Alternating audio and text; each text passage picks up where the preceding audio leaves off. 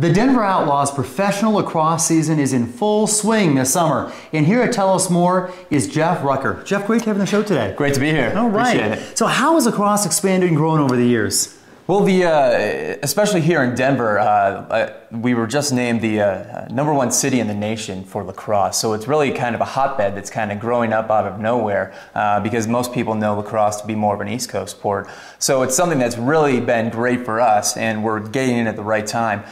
Since 2001, lacrosse in Denver and in the Colorado region in general has grown 600%.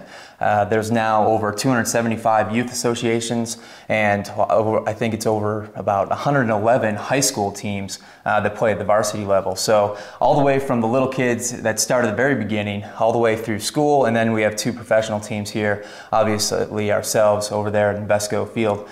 So it's grown quite a bit, and it's just going to continue to skyrocket because a lot of folks are just looking for different means of entertainment and different ways to have their kids still involved with sports, but really kind of get away from football where you get a lot of concussions and things. So a lot of people are moving more into lacrosse, so we're just going to continue to see those numbers climb. Great to hear. Really good to hear. Now, I understand that the Outlaws are very involved in the community. Tell us more about that. Yeah, sure. They basically what we do a lot of times, if it's not during the season and also throughout the off season, since our off season is quite a bit longer than your typical off season for other sports, we only have a 6-game schedule and it runs through the summer. So to stay active and to stay relevant in the community, we like to get involved in schools through our PE programs, which basically encourages physical fitness and how to stay fit. And we go into the schools and we bring our players out to the schools and we teach them all about the proper ways to maintain and take care of their bodies.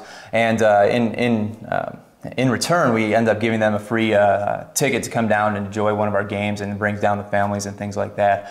In addition, one thing that we're doing with the schools as well is a reading program, and encourages people to get out there and read as many books throughout the school year, and it coincides right as we lead into the beginning of our season. And with that same type of program, we reward them for how many books they might be reading and different things with a ticket to be able to come down and be acknowledged at one of our games and meet the team and be down on the field at Invesco Field. So kind of some unique things there. Outside of that, a lot of our players go and host clinics in and around Colorado, whether it's up in Wyoming, Utah, just up in the Vale and in the mountains, the Front Range. They're all over the place, kind of getting the word out about what's happening here in Denver and in Colorado in general with lacrosse. So a lot of stuff going on all the time. Excellent program. So how can folks learn more about what's happening? Well, basically, we can get in touch with us a few different ways. You can always go to our website at www.denveroutlaws.com, or you can always reach out to us by phone at 303-OUTLAWS.